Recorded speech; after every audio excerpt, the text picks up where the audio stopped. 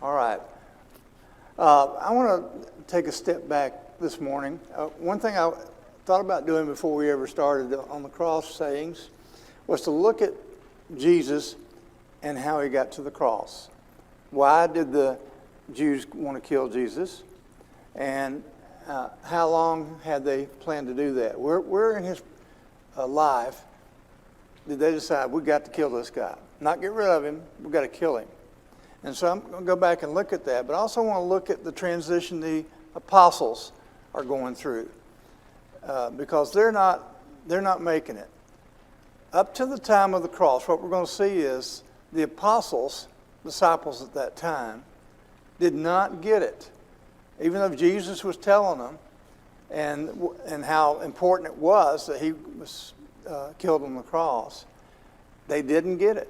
Peter didn't get it, and the other 11 did not get it either. We're going to see that the disciples were like all the people who followed Jesus. They followed him for a reason. They would get food or see miracles or whatever, but they didn't understand who Jesus was. This major part of this story is the disciples do not understand. They're going into the crucifixion of Christ, and they do not have a clue what's going on. They don't know why the Son of God could ever be killed by man and why he was allowing that to happen. So that's kind of where they were at, and we're going to see how Jesus handled that. In Mark 8, the chapter 8, and I want to look at verse 29.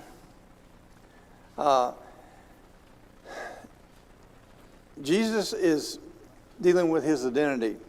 Who do people say that I am? Back in verse 27. And they say, some people say you're John the Baptist, some Elijah, but others one of the prophets. But who do you say that I am? I want to know what you think, what you believe. And Peter answers, thou art the Christ. And he warned him to tell no one about him. Now, this stage of Jesus' life, he is not openly talking about his death and his resurrection. He's keeping it quiet. Why would he do that? Why would he want it kept kind of secret, not out in the open? You what? It wasn't his time. You know, and that's the amazing part of this. What we see as we're going to look at these details this morning, God's plan is very, very detailed, down to the very hour that Jesus will be on the cross. Jesus knows right now is not his time, he's not ready, and so he doesn't want to aggravate the Jews any more than he is right now. And so don't be telling these things outside of this group right here. So as we go down to verse 31, look at this. And he began to teach that the Son of Man must suffer many things and be rejected by the elders and chief priests and the scribes and be killed, and after 3 days rise again. He was stating the matter plainly, and Peter took him aside and began to rebuke him. Now, Peter's mouth is generally, he's impulsive. He jumps out and says things that are going to get him in trouble. And sure enough, here is one of them. Jesus has plainly stated what God's plan is, what is going to happen to him, even to the point that he's going to rise after 3 days. And, of course, Peter, no, this is not going to happen to you. You're the Son of God, and I know you've got the power. I've seen you heal people, and I've even seen you bring people back from the dead. There's no way they can take you. God will protect you. That's kind of the way the disciples are thinking. This is the leader. This is the Messiah.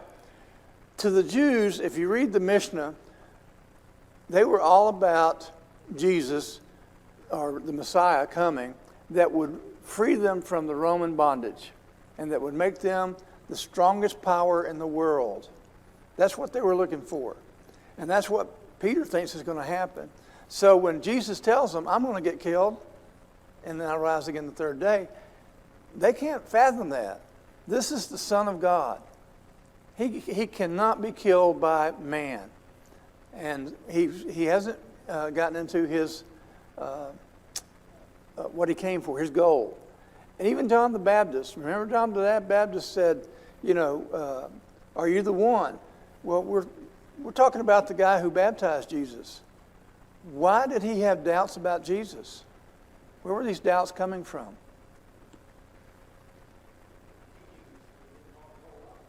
Do what?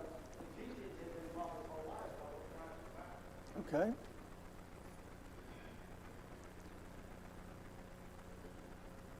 What else were they thinking? What were the disciples wanting Jesus to do? Yeah, defeat Rome. Be the power. Take over. Be the Messiah that's going to lead us out of slavery and make us the most powerful country in the world. And so when Jesus tells them this in Mark 8, hey guys, in a few days I'm going to die. I'm going up to Jerusalem, and there I'll be put to death, but I'll raise on the third day. That went straight here and out here because they've already got an image in their mind about what they think Jesus is going to do, and that's not it. And I can tell you, I've been through the same thing, I don't know if you have, where I have something in my mind about way things were going to be, and somebody's trying to tell me that this is not the way they're going to be, and I can't see it because what? I've already got my mind made up.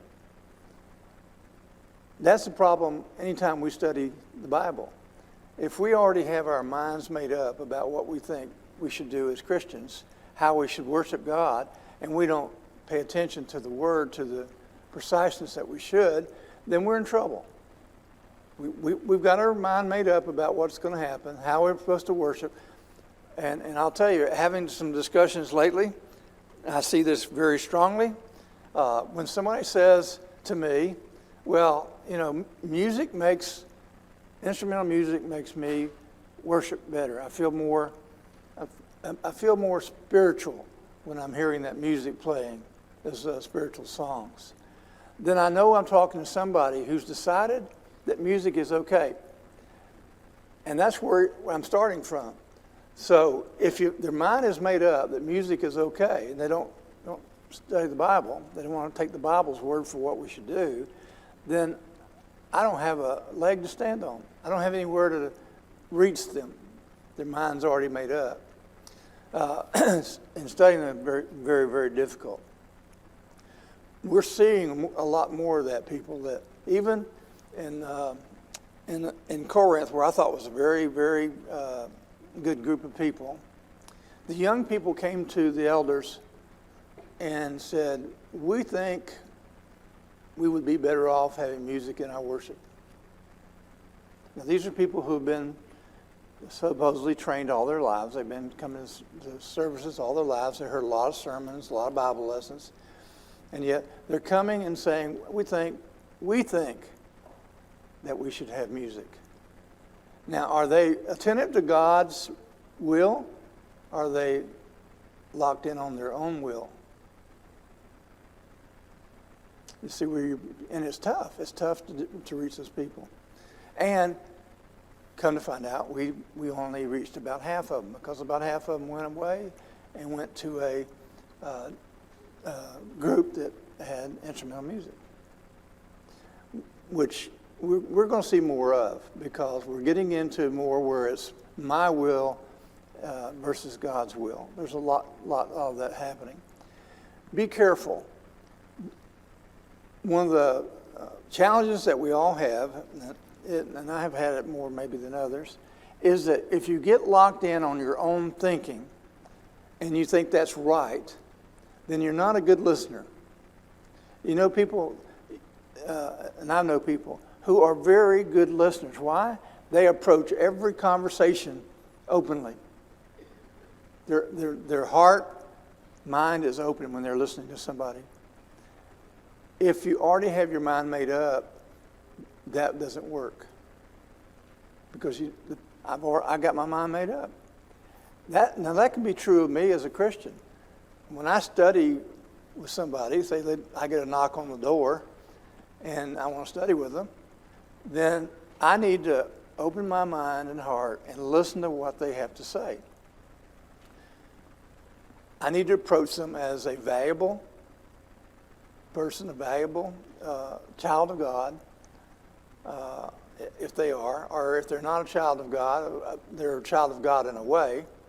And what do they have to say? And I need to listen. I don't need to go into that conversation thinking, oh, well, I know what you're going to say, and that's not right, and I'll have to teach you that you're not right.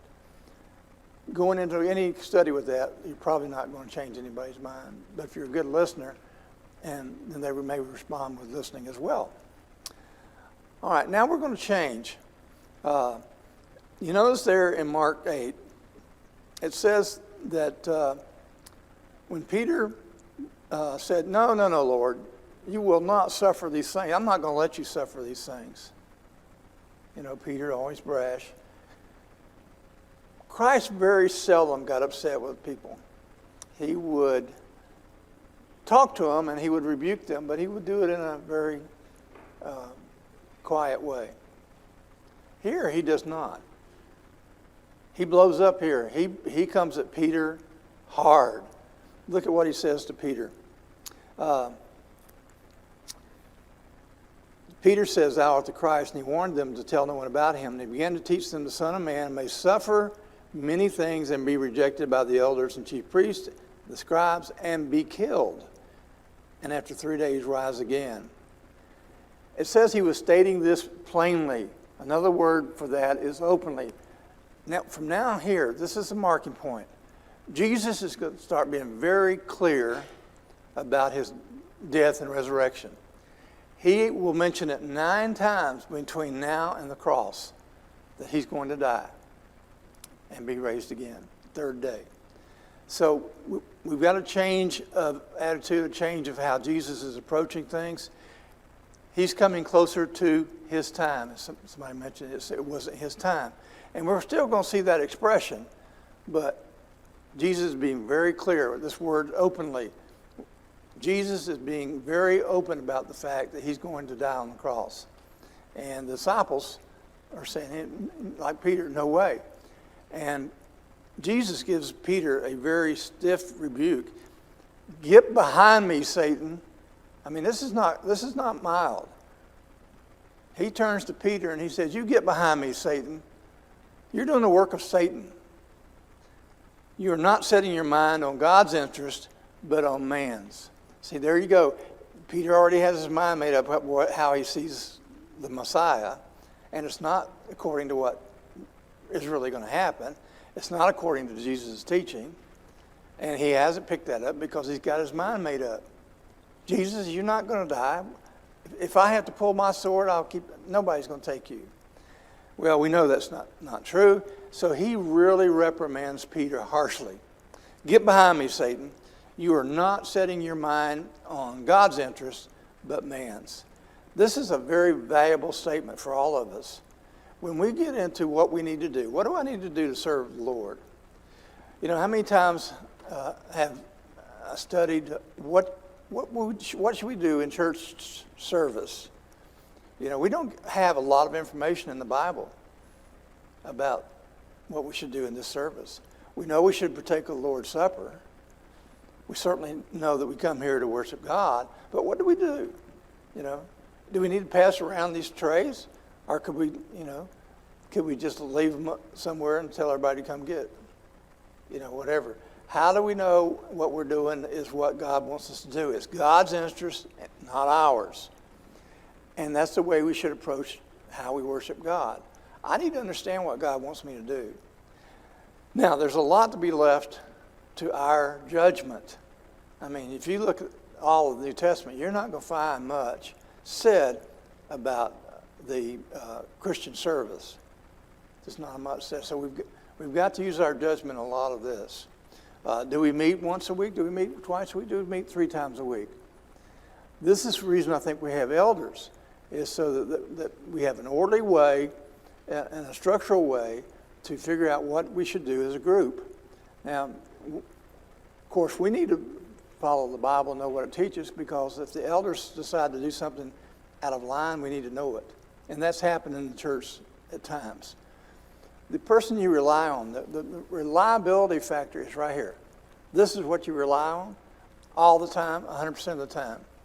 And when you think that the Bible's wrong, you need to rethink. When you think that, God set it up where we can have music, you need to read the Bible and study and think. And you need to be looking at God's interest and not ours. This is how we get off track. I want to look at how this transition takes place because this is important. The world doesn't recognize Jesus for who he is. Even the disciples do not. It tells us that even after the feeding of the 5,000 and the 4,000, that people went away thinking that Jesus was a good man and they need to follow him because they could get food.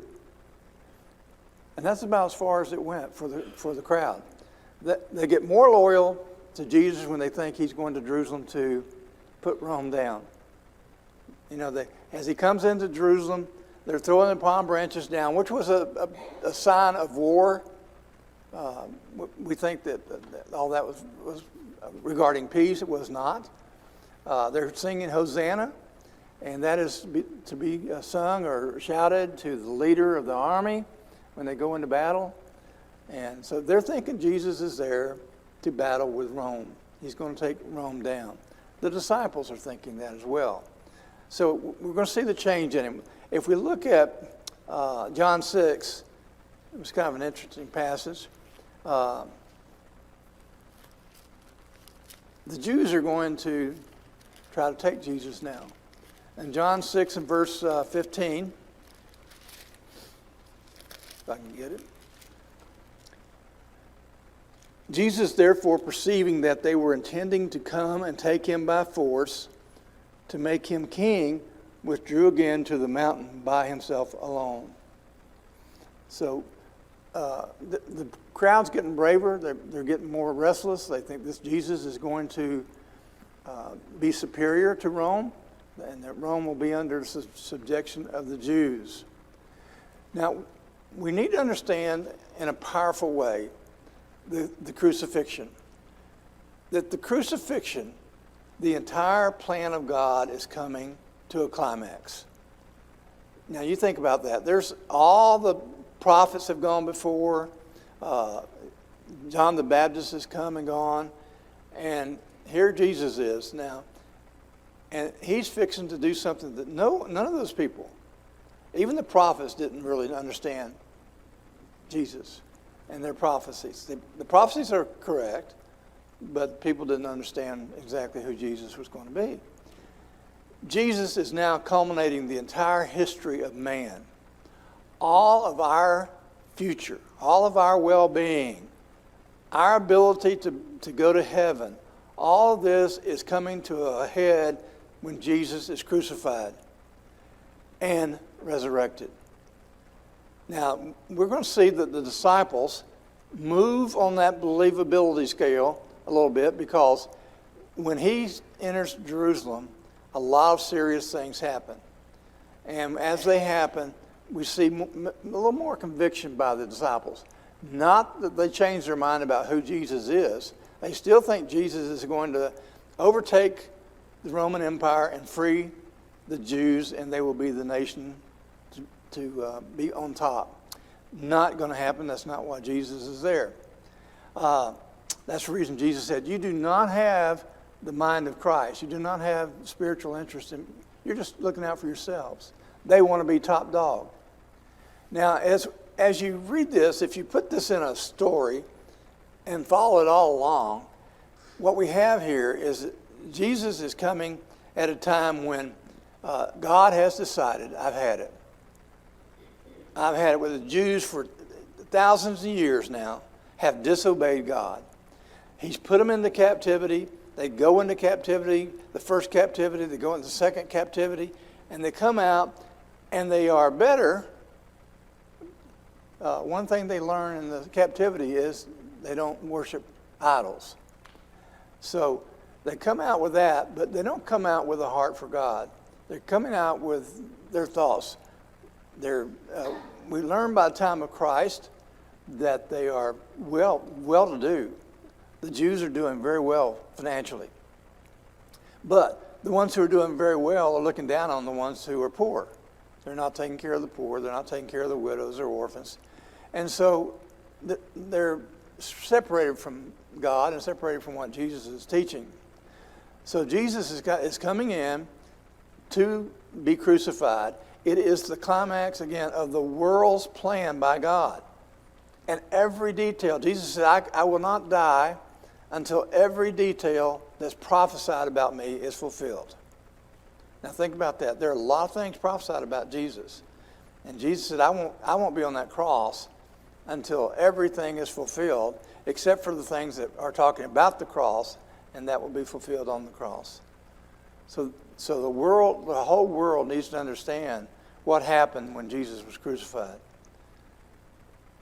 You and I could not be sitting here in God's graces without that.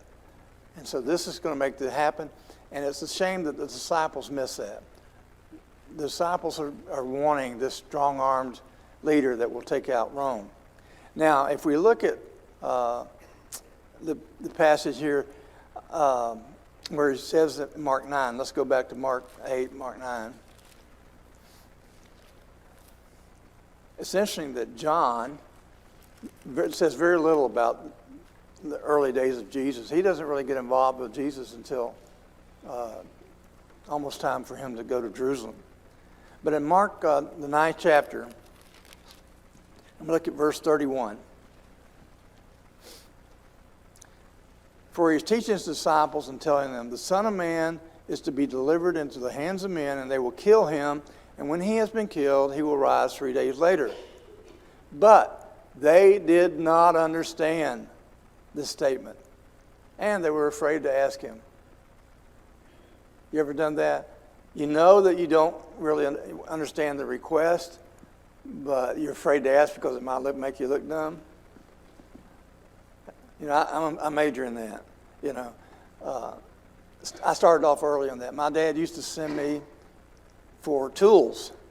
He would say, okay, get me an open-end wrench. I know what he's talking about. Get me a Phillips screwdriver. I know what he's talking about. And I was afraid to ask. So I go to the toolbox and pick out some stuff and bring it back, and sure enough, it's the wrong stuff. That's what's happening with the disciples here. They don't understand what Jesus is saying because they don't believe it. It doesn't fit their scenario. Our scenario is that Jesus is going to go in as a king and take over. And the disciples are locked into that. Jesus is telling them, no, I'm going to be killed. I'm going to go to Jerusalem and I'm going to be killed. But I will raise in 3 days. And he's very clear about that now. You know, before, it was very subtle and you could easily miss what he's saying about his death. But now, like I said, Jesus is going to be very clear. He's going to say 9 times, I am going to get killed. I will rise again in 3 days. Very, very clear. It says he's very open. So here he's telling them that he's going to get killed, and he's very open about it.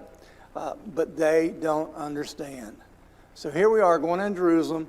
Jesus is now opening up. He's being very clear about what's going to happen, and the disciples aren't getting it.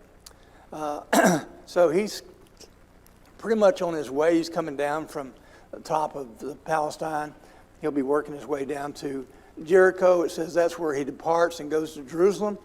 That's a pretty stiff walk. It's uphill all the way, and it's very narrow trails. But that's the way Jesus has to go to get to Jerusalem. Also, to show us that these guys don't get it, in verse 35, it says, sitting down, he called the 12 and said to them, if anyone wants to be first, he shall be last of all and servant of all. Now, it doesn't tell us here, but we know that there were a couple guys who had asked him if they could be on his right hand and on his left hand. Remember who they were? Yeah, the brothers of Zebedee, James and John. And they asked, well, Jesus, when you come into your kingdom, put John on the right side and James on the left side, and we want to have a position of authority. And Jesus immediately says, that's not who I am. I came to serve, and if you want to be first, you're going to be last. The last shall be first. So we get that cleared up right away. Now, When in Matthew 17, we're going to track the trail of Jesus to the cross. But in Matthew 17 and verse 22, and while they were gathered together in Galilee, Jesus said unto them, the Son of Man is going to be delivered into the hands of men, and they will kill him, and he will be raised on the third day. Now we see that maybe they're kind of getting the point here. It says they were deeply grieved when they heard this. Why were they deeply grieved?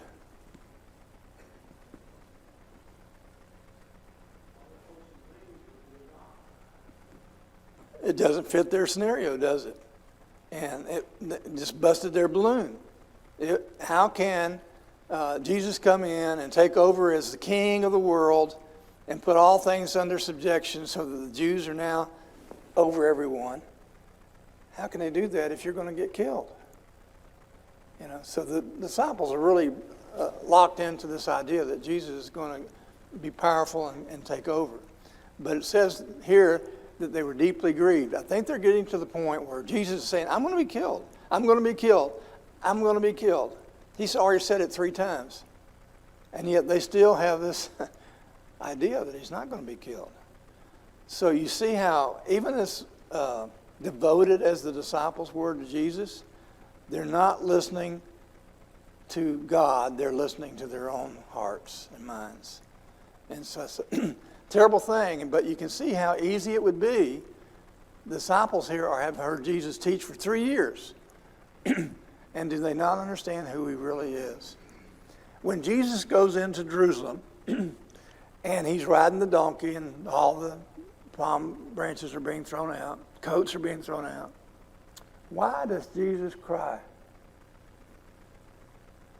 He looks at the crowd, he sees all the people in Jerusalem, and he cries. It says Jesus weeps.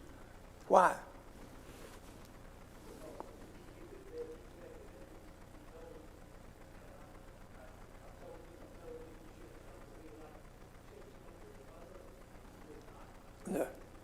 Yeah, exactly. Thank you, Lee. He is looking at thousands of people who want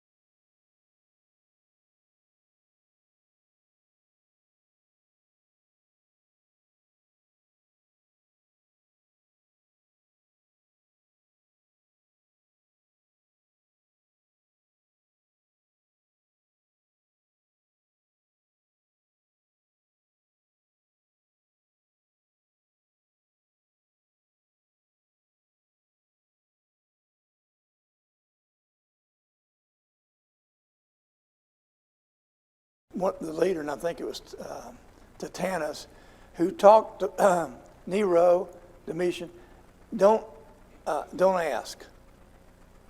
Don't ask, don't tell. So they didn't. They quit asking, are you a Christian? Because if their answer was yes, bingo, you're on the death list. So as Jesus now is trying to get people to see, this is not who I am. And yet he understands that in just a few years, Jerusalem is going to be destroyed. The temple is going to be destroyed. The Jewish way of life is over. Now God is going to go to the Gentiles. If you remember when he was back up feeding the 5,000, that area of Palestine, it's up above Nazareth, up Caesarea, up in that area, that was a stronghold for the really strong Jewish, primarily the Samaritans. Not Samaritans, but the Pharisees. And so Jesus had a lot of support up there, but he told them that what his mission was.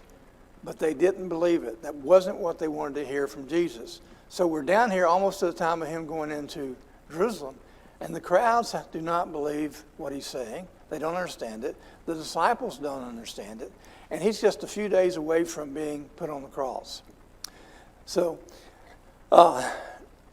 he's mentioned 3 times now, right here in these passages from Mark on, that he's going to be killed. And he's very open about it. I'm going to be killed and I'm going to be raised on the 3rd day. But he's trying to prepare, and it's getting time urgent. He's trying to prepare the disciples. He wants them, of course, they're going to be his spokesperson for the world. And yet here they are, they're in a state of unbelief. They've already got their mind made up who Jesus is, and it's not accurate. Now, Jesus is going to talk about the fact that he's going to be betrayed, rejected, and then he will be condemned to death. Now, who's going to reject Jesus?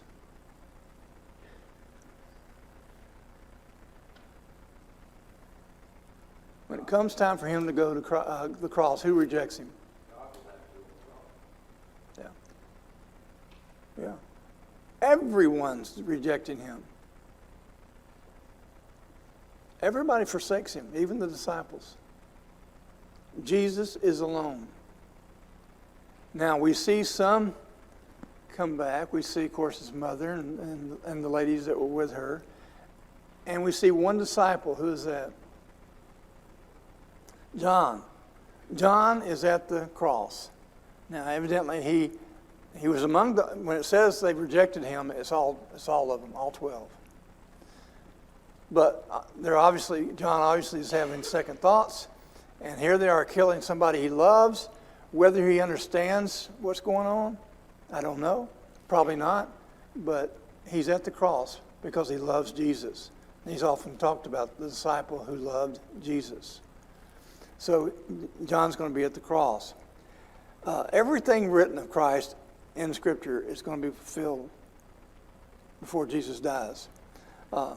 Even going back to prophecies in the Old Testament, Daniel 7, Isaiah 53, a lot of prophecies about Jesus, very specific. And we're going to get to the next saying of Jesus, that we probably won't get to it today, but next week. My God, why hast thou forsaken me? And we're going to deal with that because here we are. God has planned this all along.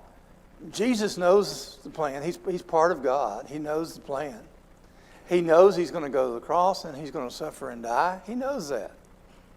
So when he's on the cross, he says, my God, why have you forsaken me? Think about that, and we'll talk about that either later today or in our class next week. Jesus is at a momentous moment. Everything he does now is important. The prophecy is Jesus will come to Jerusalem and he will come through the east. The Messiah will come from the east. Coming from Jericho, the east of Jerusalem is not the most efficient way to get in. But he goes to where Lazarus is. We know that Bethsaida and Bethany are within the guidelines to be able to walk on the Sabbath. And that's where he raises Lazarus from the dead. And rather than, if I knew somebody that raised somebody from the dead, I would be highly impressed, would you not? And I would think I need to know something that person knows. What did the Jews want to do when Lazarus was raised from the dead? Wanted to do what? Yeah, we got to kill this guy. He's evidence that Jesus has raised him from the dead. We got to kill him. I cannot imagine that.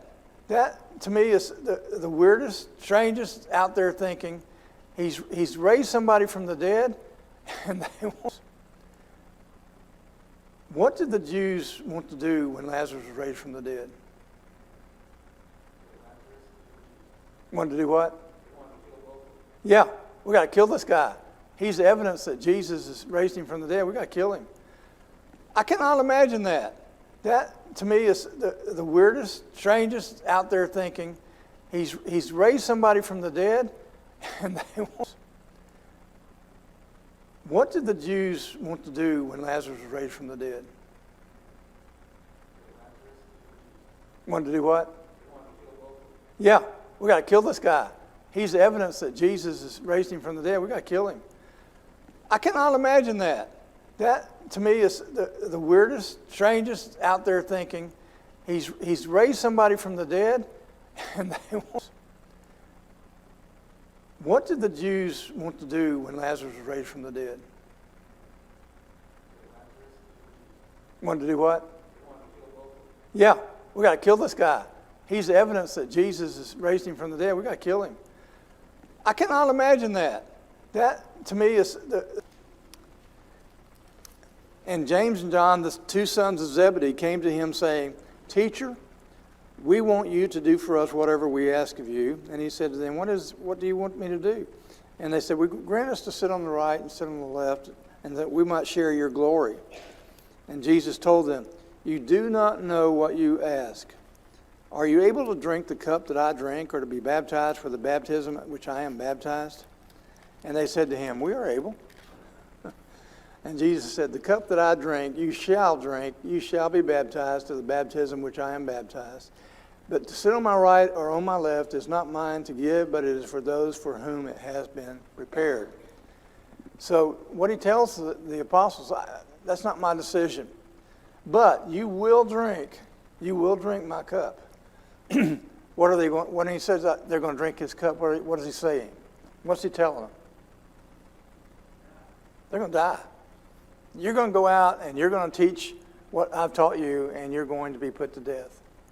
And that was true. We know for all the disciples, all the ones that became apostles, are put to death. Different ways. We understand maybe Peter was upside down on the cross. We understand maybe that one of them was beheaded. We understand one of them was cut in two. A lot of different ways, but they're all killed serving the Lord. But they don't realize that yet. Not yet. But they're getting there. I see more awareness now in the disciples.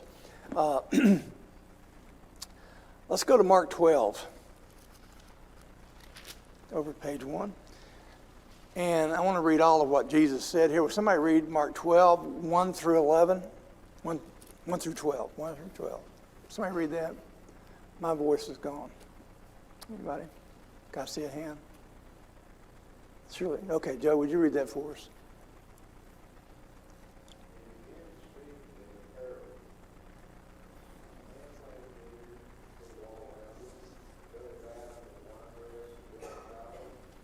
And rented out the vine growers and went on a journey.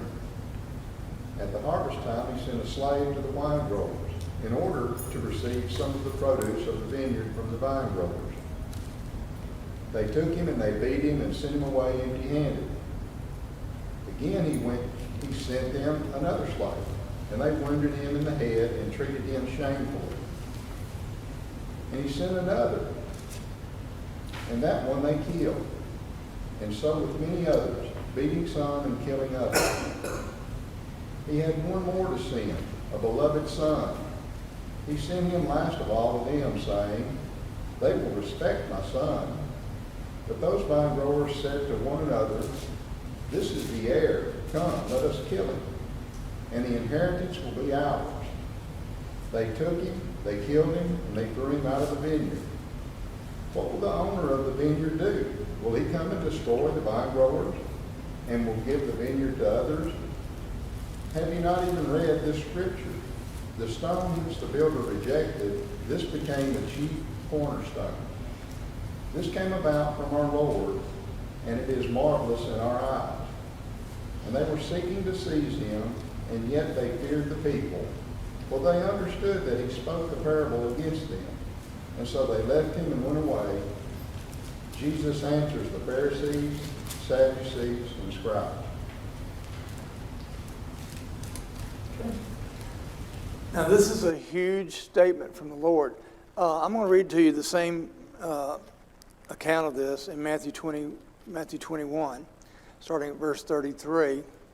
And we're going to go down to verse 46. I need another reader. Anybody want to read that for us? Matthew 21, 33 to 46. It's long reading. Okay, please go ahead. Listen to another parable. There was a landowner who planted a vineyard and put a wall around it and dug a wine press in it and built a tower and rented it out to vine growers and went on a journey. When the harvest time approached, he sent his slaves to the vine growers to receive his produce. The vine growers took his slaves and beat one and killed another and stoned a third. Again, he sent another group of slaves, larger than the first, and they did the same thing to them. But afterward he sent his son to them, saying, They will respect my son. But when the vine growers saw the son, they said among themselves, This is the heir. Come, let us kill him and seize his inheritance. They took him and threw him out of the vineyard and killed him. Therefore, when the owner of the vineyard comes, what will he do to those vine growers? They said to him, He will bring those wretches to a wretched end, and will rent out the vineyard to other vine growers, who will pay him the proceeds at the proper seasons. Jesus said to them, Did you never read in the scriptures, the stone which the builders rejected, this became the chief cornerstone. This came about from the Lord, and it is marvelous in our eyes. Therefore I say to you, the kingdom of God will be taken away from you and given to a people producing the fruit of it. And he who falls on this stone will be broken to pieces, but on whomever it falls, it will scatter them like dust. When the chief priests and the Pharisees heard his parables, they understood that he was speaking about them. When they sought to seize him, they feared the people because they considered him to be a prophet. You're going to make the Jews mad? Tell them you're going to take their place away from them and give it to the Gentiles. Jesus in these parables are telling the Jews that God has taken away the kingdom from them. And he's going to smash them. I mean, it's not going to be pretty. He says he will come and destroy these vine growers and will give the vineyard to others. So here Jesus, again, remember, he's trying to time this so that he's going to be crucified exactly when God plans for him to be crucified. Not before, not after. But as he gets closer to the time, his time, he's getting more audacious. He's getting outward. Not only does he say, I'm going to be crucified and raised again the third day, but by the way, Jews, your place with God is gone. God is now going to judge you, and you are no longer going to be God's people. God's going to give it to the Gentiles. Take it away from you and give it to the Gentiles. Now, he said this early on in one of his early ministries, when the Pharisees rejected him after he got through teaching, and he told them, hey, you don't listen, I can go to the Gentiles. That's the first time that it's mentioned that the Jews were trying to kill Jesus. And we know that Jesus somehow slipped out of the town without them knowing about it, and they didn't do it. But the way he made them so mad, he told them that, hey, Jews, I'll go to the Gentiles. Now he's at the point where that decision has been made. I'm going to the Gentiles. You have lost your relationship with God. You're going to be punished, and you're going to be punished severely. So this story is coming to fruition. He's filling out the gaps. It's no longer in doubt what God's plan is. The only thing is the same thing we hear here. When they heard this, what did they say? May it what? Never be. We don't want this to happen. That's not what we are asking for. That's not what we want. We're looking for a leader who's going to free us from Rome. Are you it? So now the disciples are starting to say, well, wait a minute, what are we doing here? We're looking for a leader that will take over and lead us to world conquering. And here you are telling us that you're going to give all what the Jews have to the Gentiles. Now they're starting to, and they're Jews, so they don't want that to happen. May it never be. Don't let that ever happen, Jesus. And Jesus tells them, you're not familiar with the Scriptures, so you don't know what the Scriptures prophesy. But it prophesied that the stone which the builders rejected, this became the chief cornerstone. So we're getting right down to the time Jesus is in Jerusalem and he's going to be crucified. Now, we're up to Tuesday, and it's time for the Passover. He's going to be handed over, he says, to be crucified when he goes into Jerusalem. Now, in the Bethany home, which he's at now, he has perfume poured all over him. And what does he say? Somebody criticizes that, which, of course, we know who it is, Judas. We wasted all that perfume. We could have got a lot of money for that. And Jesus tells him what? That is for my burial. She's preparing me for my burial. So again, he's more open. He's very clear about what's going to happen. He's going to die. And so he now is going to do the Lord's Supper. He goes into an upper room, which evidently was arranged beforehand. How it was arranged, I don't know, but it was. Going to town, see this guy. He's going to have a water bucket on his head, and he'll tell you what you need to do. He'll show you where to go. So they do the Last Supper. They go to the Garden of Gethsemane, and here comes the crowd. Now, when the crowd comes to take Jesus, we all know about Peter and what he does. So Peter draws a sword, hacks off the priest's ear, and Jesus takes care of that, and he criticizes or gets on to Peter, because this is not what I'm about, Peter. I've got to do this. This is important. The world, now you think about this, the world is hanging on what I do. Jesus understood as God that what he was going to do was going to redeem mankind. And remember, I keep going back to Jesus was committed to this in Genesis the 15th chapter. Abraham wanted a covenant with God. He wanted a covenant that says, I am going to give you children. I am going to make you great. I'm going to make you a leader of many nations. And so they do a covenant, and in the covenant, they cut the animals in half on each side of the altar. The blood runs down to the middle, and that's where you cross through. This is the blood, all covenants are blood covenants. And it says that the light, or the fire, and the smoke went through the sacrifice, went through the blood. What was the smoke representative as Israel came out of Egypt? God being in front of them. How about the fire? It was God. So we know that God passed through the fire at sacrifice twice. One time, it was Christ, because it says that at that time, his son was committed. God committed to dying when he went through that sacrifice. So Christ is already committed to being put on the cross. That has happened for over 1,000 years now.